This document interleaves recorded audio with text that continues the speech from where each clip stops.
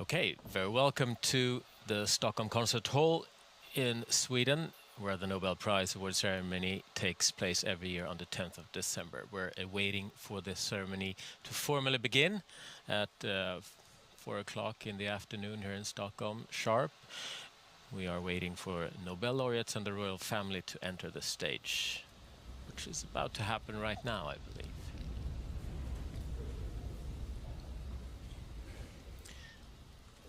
Prince Carl Philip and Princess Sophia are first to enter here, sitting in the first row below the stage. And Princess Madeleine and Christopher O'Neill.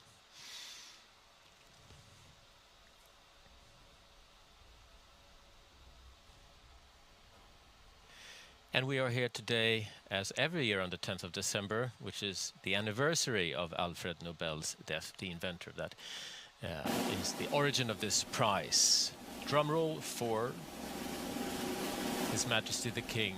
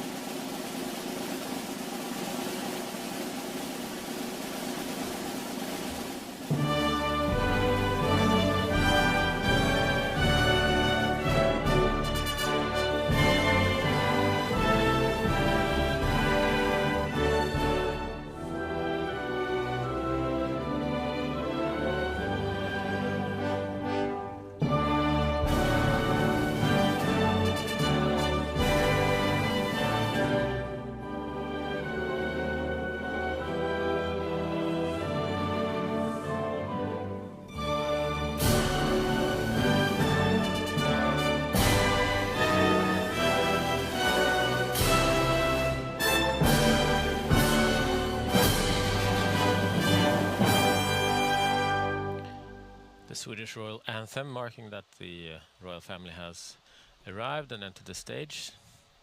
Next, we're waiting for the people that we have come to celebrate today, the Nobel laureates. And music today will be performed by the Royal Philharmonic Orchestra.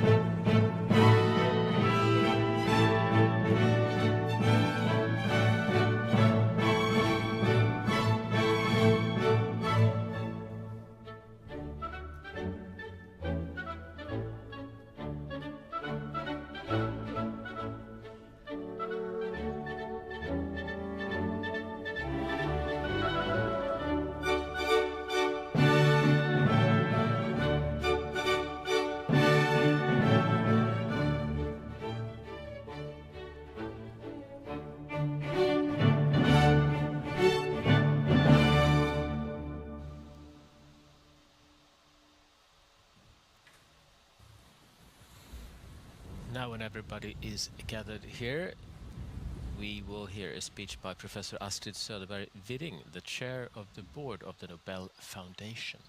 Your Majesties, Your Royal Highnesses, esteemed Nobel Prize laureates, Excellencies, ladies and gentlemen. On behalf of the Nobel Foundation, it is my great honor and pleasure to welcome you all to the 2024 Nobel Prize Award ceremony. In particular, I wish to welcome the Nobel Prize laureates, their families and friends.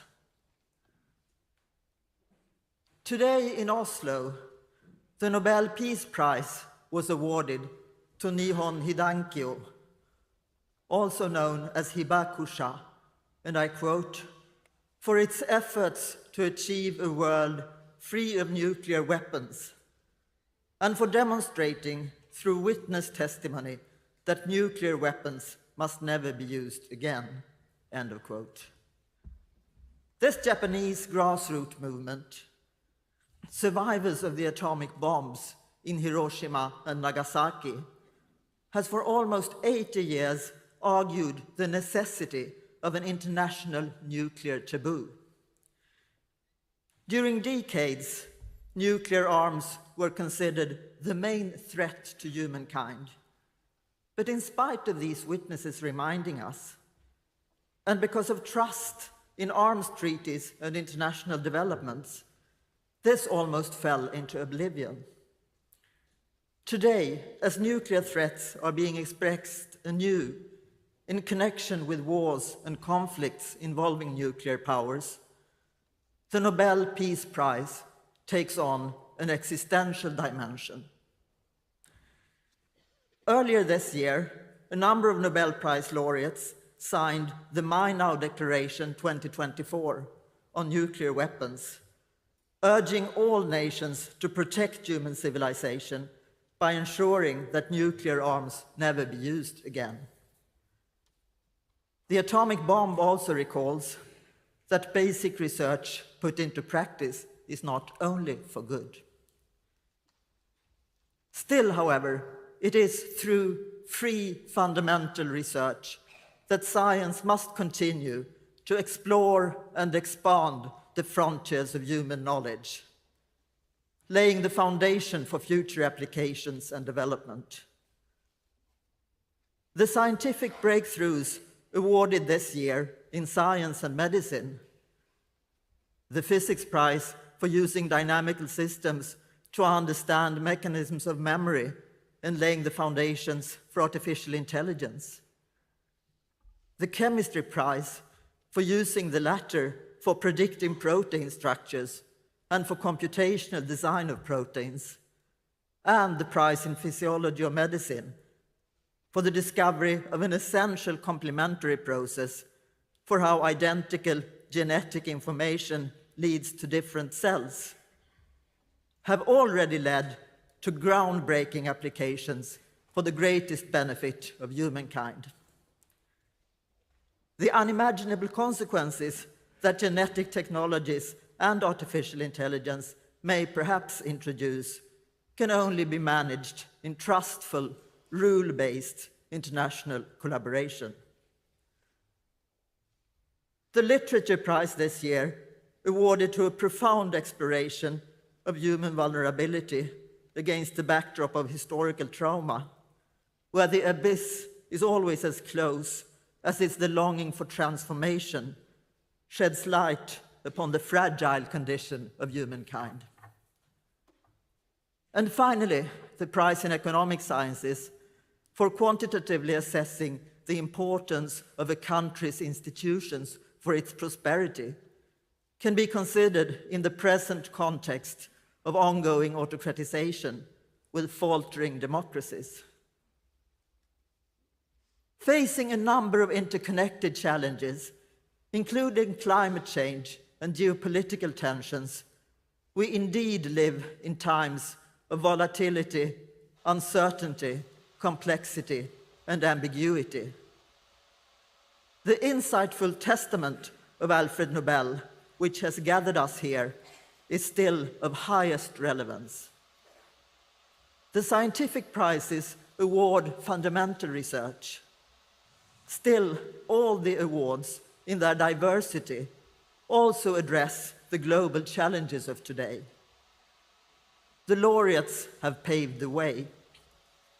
Science, literature, and peace offer different paths to tackle today's wicked problems. But they all remind us that it is not blind destiny that decides on our future as humanity. This also offers hope. It lies in our hands to change the world. Before the first prize being awarded to the physics laureates,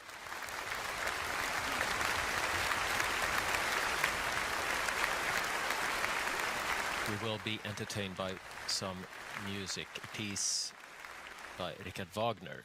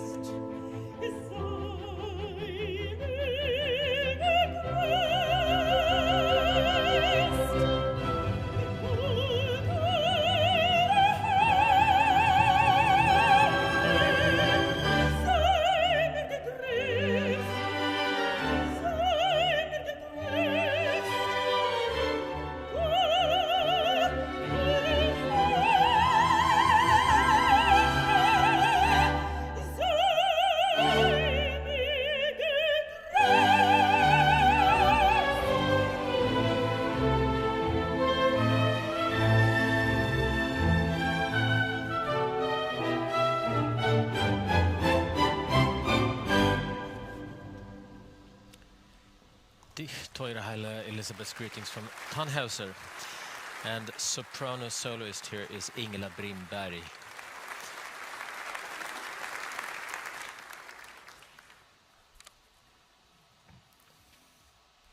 Now a presentation speech by Your Professor Majesties, Ellen Moons. Your Royal Highnesses, esteemed Nobel Prize laureates, ladies and gentlemen.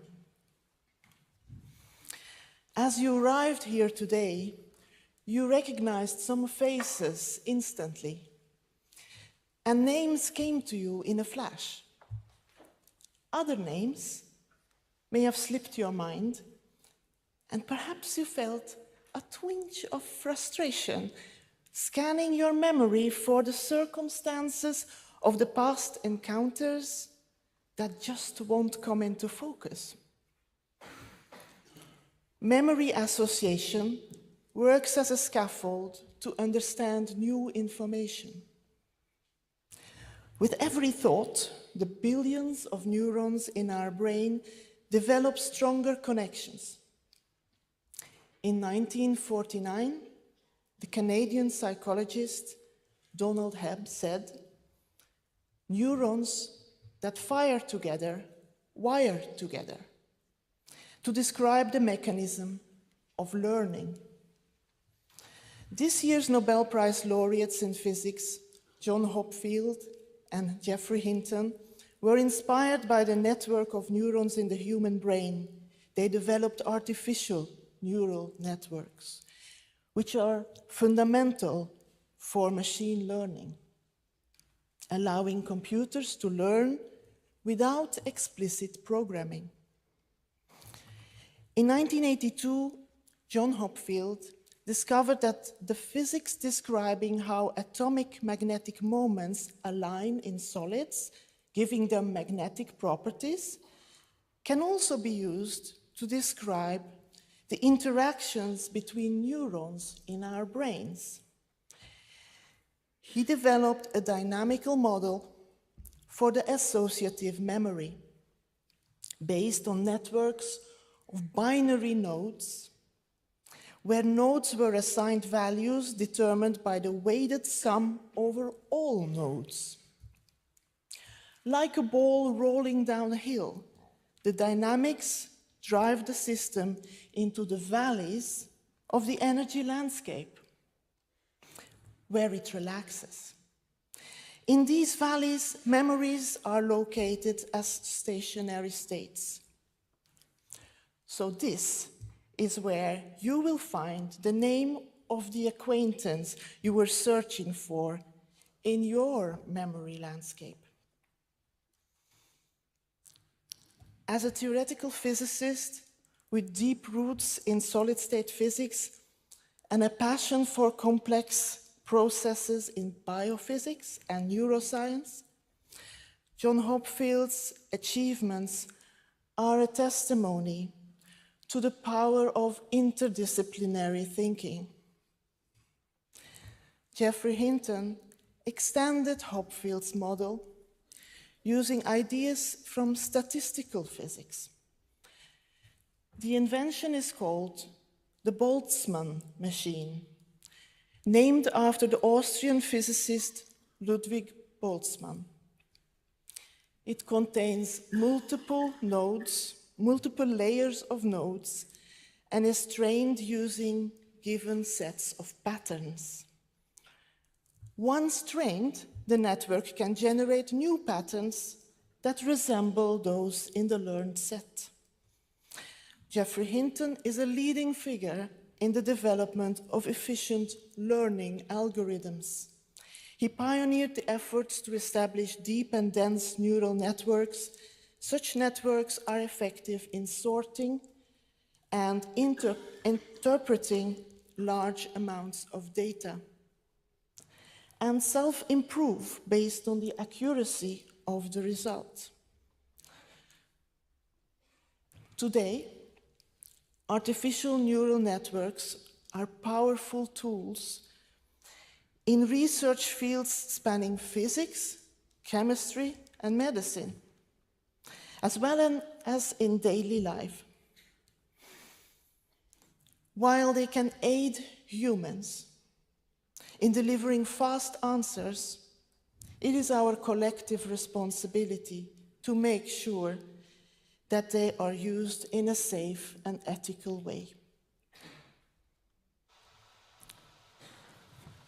Professor John Hopfield and Professor Geoffrey Hinton.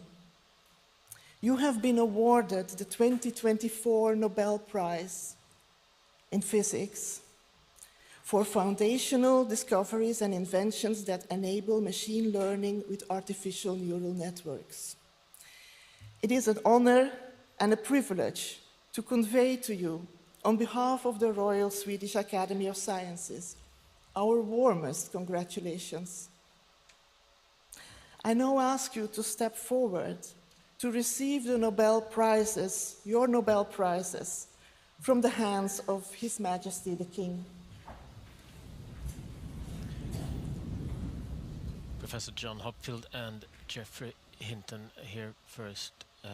John Hopfield, and he will receive, well, of course, a diploma and a Golden Nobel Medal from His Majesty the King of Sweden.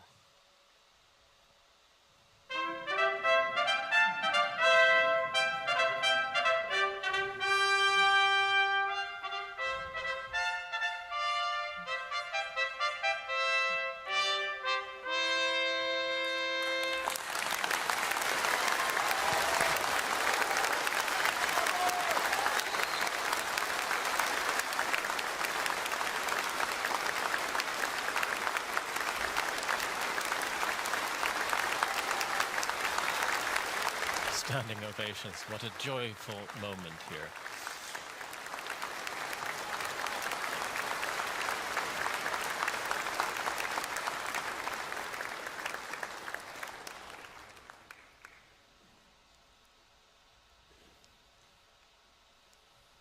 And of course now is the turn for Geoffrey Hinton to receive his physics prize. Geoffrey Hinton, by many dubbed as one of the godfathers of AI, that has been vocal in the AI debate recent years as well.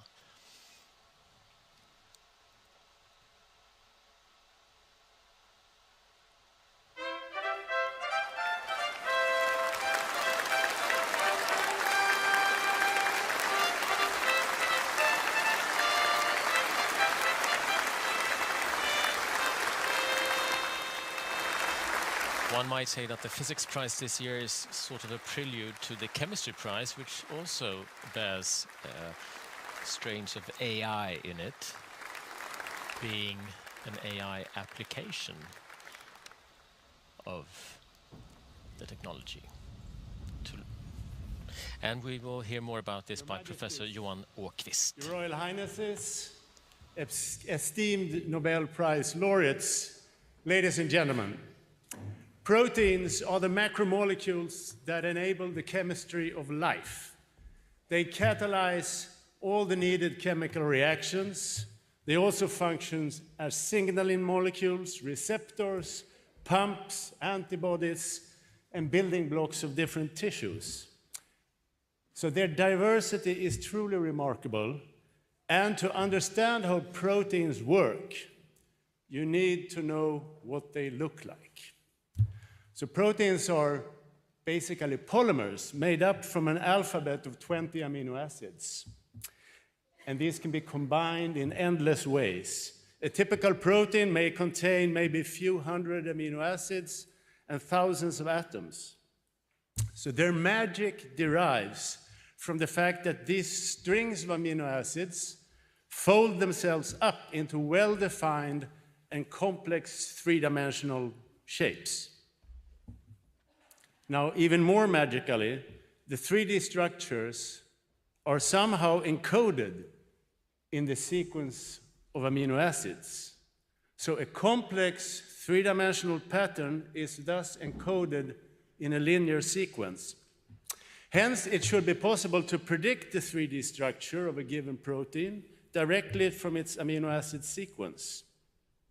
And this 50-year-old problem has been called the grand challenge of biochemistry. However, progress in protein structure prediction was slow for many years. But one can also turn the problem around and ask, given a certain 3D structure, what amino acid sequences would fold up into this structure? This would enable the design of completely new proteins.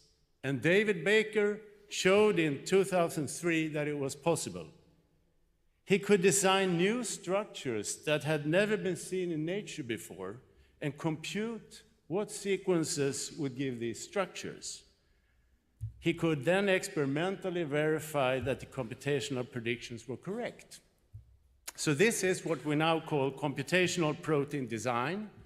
And following the first breakthrough 20 years ago, David Baker has designed a multitude of new proteins with many exciting applications. Virus inhibitors, nanomaterials, protein switches, and sensors, just to mention a few. Now, the reverse problem of predicting the three-dimensional structure directly from the amino acid sequence, it had to wait until the year 2020 for the real breakthrough. And this was when Demis Hassabis and John Jumper and their co-workers had developed the now famous AlphaFold 2 computer program. It basically cracked the code. AlphaFold is an ingenious piece of neural network engineering that showed unsurpassed performance in protein structure prediction. And utilizing the vast amounts of experimental data stored in structure and sequence databases, the network is trained to discover correlations and patterns among amino acid sequences. This enables it to produce astonishingly accurate structural models directly from the sequences. It's really no exaggeration to say that AlphaFold has caused a revolution in structural biochemistry. David Baker, Demis Hassabis, and John Jumper, your groundbreaking work in computational protein design and protein structure prediction has revolutionized these fields. It has opened up completely new possibilities to design proteins that have never been seen before, and we now have access to predicted structures of all 200 million known proteins. These are truly great achievements. On behalf of the Royal Swedish Academy of Sciences, I wish to convey to you our warmest congratulations. May I now ask you to step forward and receive your Nobel Prizes from the hands of His Majesty the King.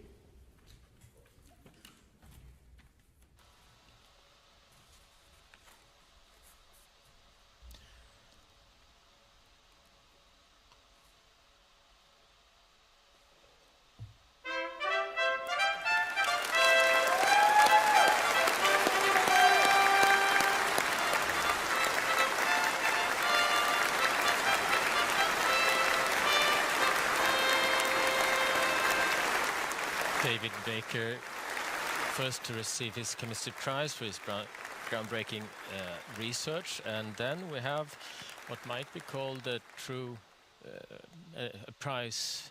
Well, this is a prize in true Nobel spirit for, you might call the AlphaFold AI model an invention, in the same way as Alfred Nobel once envisioned his prize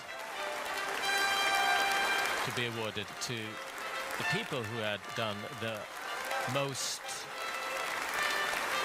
use for humanity during the past year. Well, this invention, AlphaFold, is 4 years old.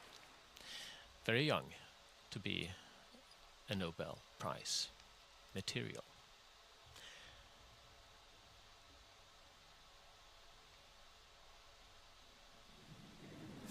Yeah, that's a real prize. To John Jumper, the colleague of Demis Hassabis, who just stepped forward before him to receive his Nobel from the hands of His Majesty the King of Sweden.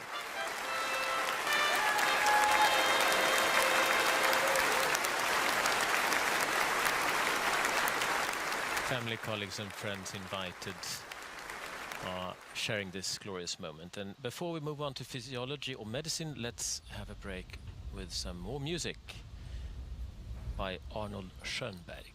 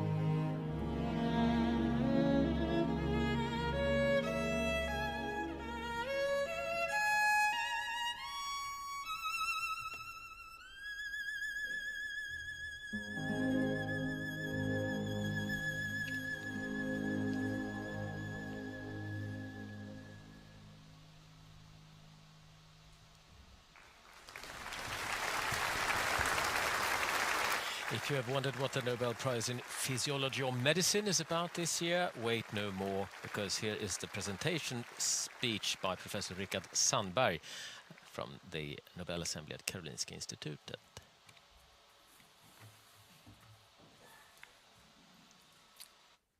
Your Majesties, Your Royal Highnesses, esteemed Nobel Prize laureates, ladies and gentlemen. For a moment, I invite you to look around this majestic hall. Imagine that we are not in a concert hall, but inside a human cell. Look at the wonderful orchestra behind me, representing our genetic information, our DNA.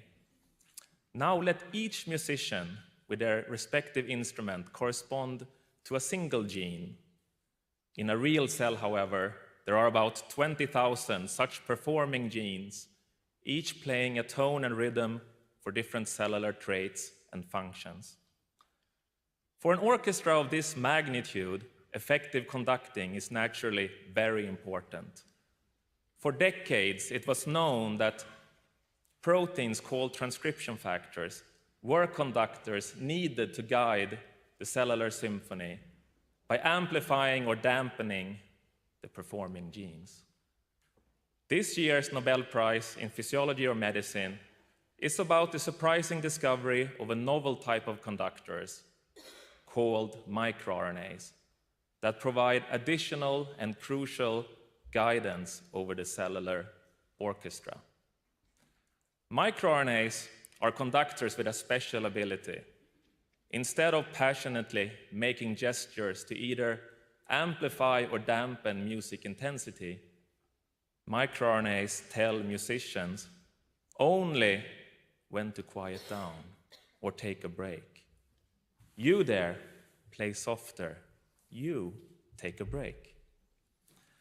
Victor Ambros and Gary Ruvkun investigated how genes control organ development in a 1 millimeter long worm. More than a decade of persistent research led them to discover the first microRNAs and to discover how microRNAs control gene activity. MicroRNAs bind messenger RNA, the intermediate carrier of genetic information from the DNA to protein production, thereby reducing protein or messenger RNA amounts. Their groundbreaking discovery in a small worm had major implications for humans and all multicellular life. MicroRNA genes were soon found across animals and plants, and even in certain viruses. In fact, animal microRNAs arose around 600 million years ago, when cells organized into more complex life forms, and microRNAs expanded in numbers in their genomes. The human genome contains around 1,000 microRNAs that control the activity of other genes through embryonic development and in adulthood. You there, play softer. You take a break. The laureates are excellent examples of how curiosity-driven basic research, exploring fundamental questions about cellular and organismal function, can advance our understanding of physiology and medicine in ways that couldn't have been predicted. Basic research is the driver of biomedical knowledge. Thanks to the groundbreaking discovery and research performed by Ambros and Ruvkun, a highly unexpected yet crucial layer of gene regulation was uncovered that is essential for complex multicellular life. The microRNAs regulate the activity of other genes to keep us alive and thriving. The laureates have revealed that sometimes the most beautiful cellular music comes not just from knowing when to play, but knowing when to be quiet. Dear Professors Ambros and Ruvkun, on behalf of the Nobel Assembly at the Karolinska Institutet, it is my great honor to convey to you our warmest congratulations. And I invite you now to step forward to receive the Nobel Prize from the hands of His Majesty the King.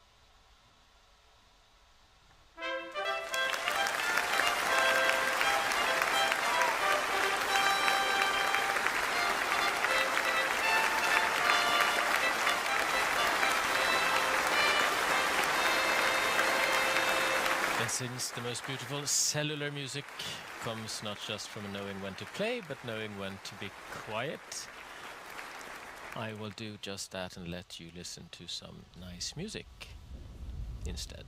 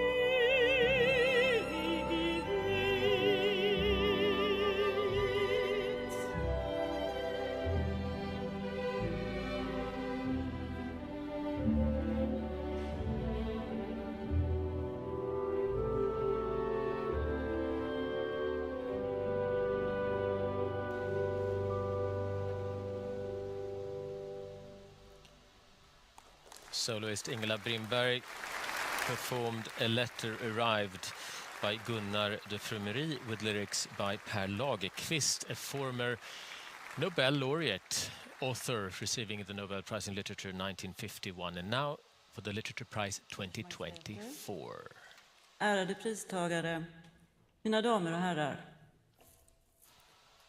Två färger möts. Two colors meet in Han Kang's writing, white and red. Det vita är The white is the snow that falls in so many of her books, drawing a protective curtain between the narrator and the world. But white is also the color of sorrow and death. Red stands for life, but also for pain, blood, the deep cuts of a knife.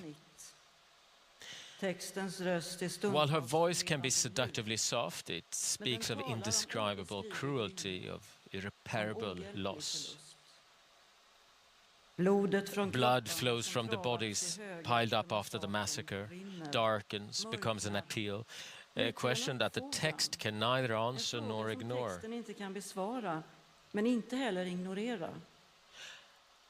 How should we relate to the dead, the abducted, the disappeared? What can we do for them? Vad är vi skyldiga What do we dem? owe them? Det vita The white and the och det red röda symbolize a historisk historical erfarenhet experience that Han som han kan returns to återkomma till i sina romaner. in her novels. Jag tar inte farväl In från We Do Not Part 2021. from 2021, the snow creates a space where a meeting can take place between the living and the dead, and those floating in between who are yet to decide which category they belong to. Hela denna roman The entire novel is played out within a snowstorm, where, in piecing together her memories, the narrative self glides through layers of time, interacting with the shadows of the dead and learning from their knowledge. Because ultimately, it is always about knowledge and seeking out the truth, unbearable though it may be. In one exquisitely realized evocation, the friend, despite her physical body being confined to a hospital bed many miles away, is able to pull out a box of files from a shelf and find a document that adds a further piece to the historical mosaic. The dream spills over into reality, the past into present. These shifts, by which boundaries are dissolved, are a constant in Han's writing, where people move around unhindered, their feelers pointing in both directions, ready to gather and interpret signals. Perhaps they are broken down by what they see and witness, which always comes at the price of their own peace of mind. And yet they keep on going with the strength that is required. Forgetting is never the goal. Who killed me? Asks the murdered boy's soul, as the facial features that defined him in life dissolve and disappear. For the survivor, the question is a different one. How can I live on with this body that has only led me to torment? How can I regain the body that torture has reduced to nothing but a bleeding object? But when the body gives up, the soul continues to speak. When the soul tires, the body keeps on walking. Deep within lies a stubborn resistance, a quiet insistence stronger than words, a need to remember. Again, it is not the aim to forget, nor would it be possible. In Han's world, people are wounded, fragile, in some sense weak, and yet they possess just enough strength and just the right kind of strength to take another step or ask another question, request another document or interview another surviving witness. As the light fades, the shadows of the dead continue to move around on the wall. Nothing ever passes. Never, ever ends. Dear Han Kang, on behalf of the Swedish Academy, it is my privilege to convey to you our warmest congratulations on the Nobel Prize in Literature 2024. May I now please ask you to step forward and receive your prize from His Majesty the King. And this presentation speech by Ellen Mattsson, a member of the Swedish Academy, that has awarded Han Kang the Literature Prize 2024.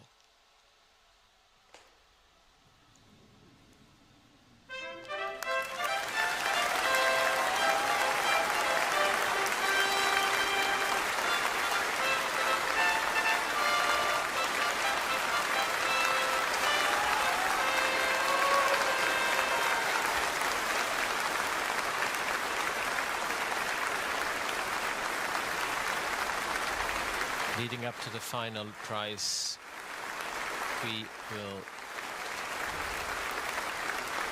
enjoy a short musical interlude.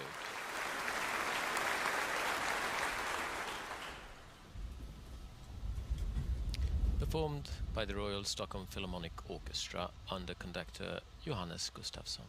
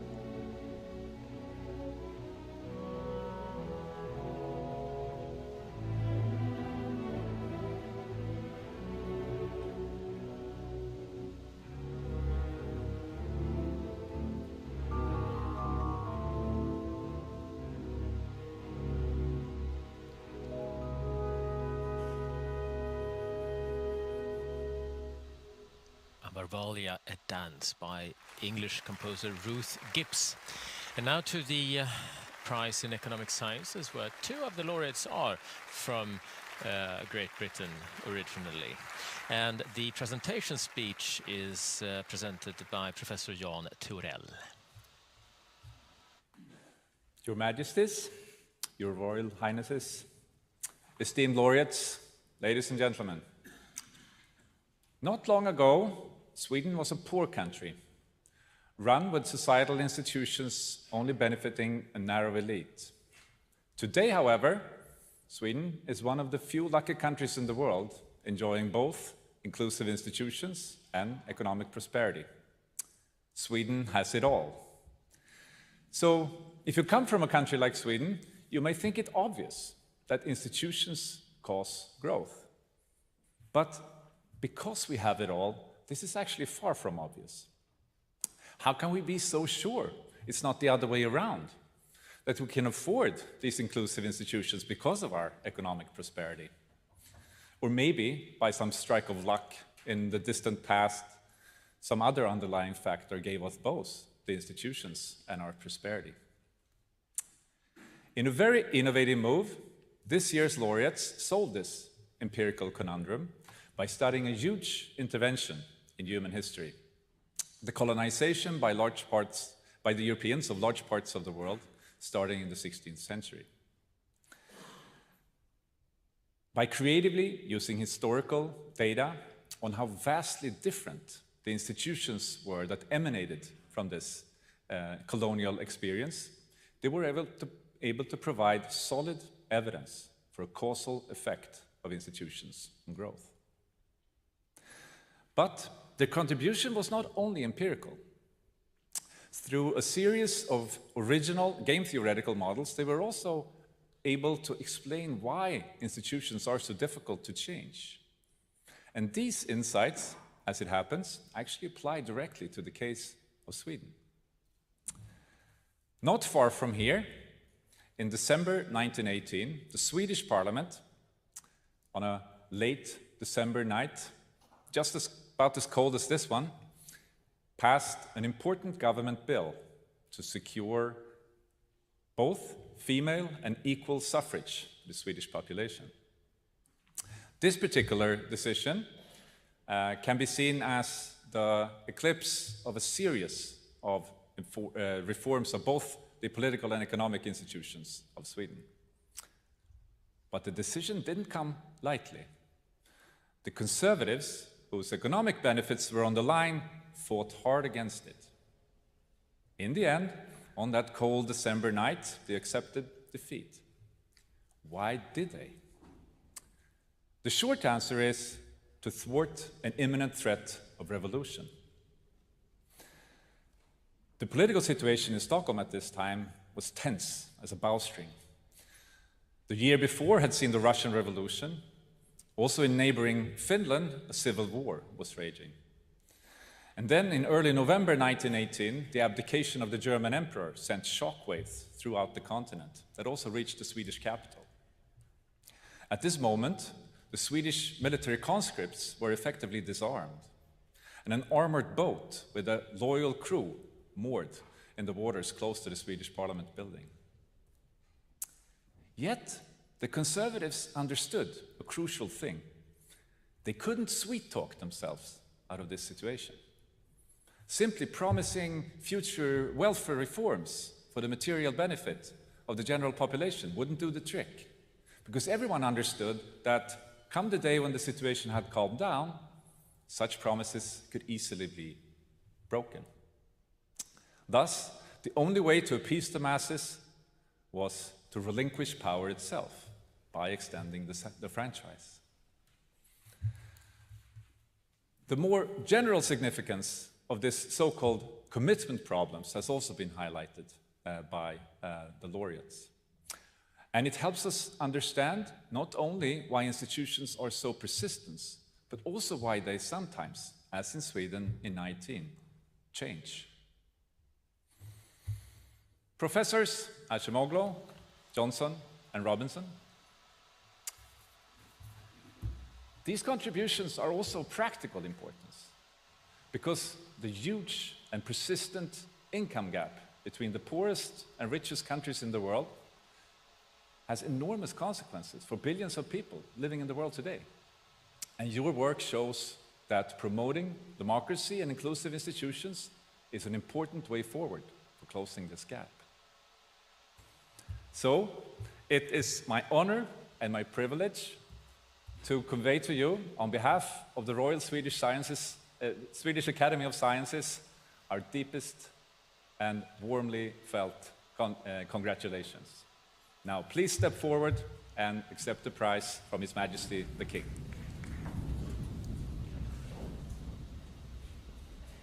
And first laureate to do so is Daron Ajamoglu, with a Turkish-Armenian background, who moved to Great Britain early in his life for studies, and since many years is an American citizen working at MIT in Boston.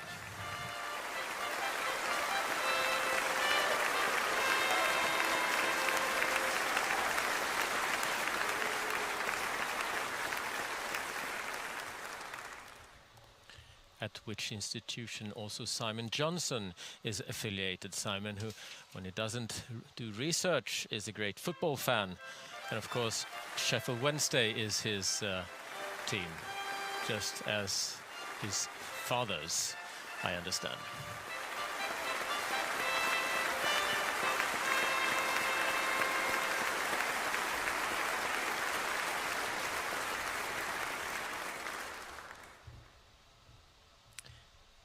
And James Robinson at the University of Chicago, a great aficionado, or I don't know what to say. The correct word would probably be very interested in everything that has to do with African culture and history.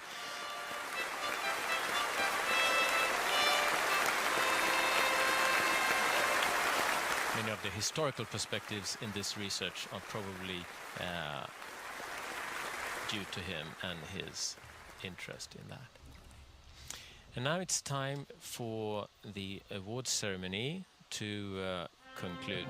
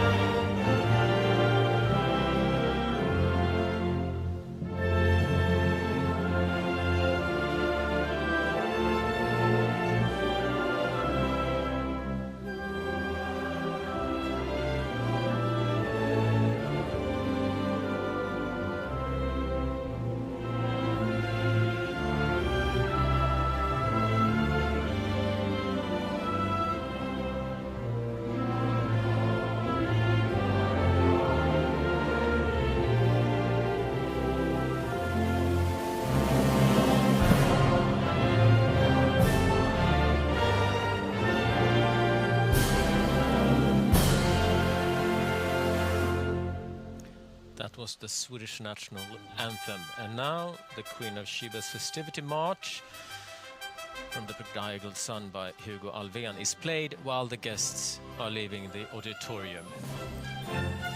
And to that music, I wish to thank you very much for joining us here in Stockholm today on the 10th of December for the 2024 Nobel Prize Awards ceremony.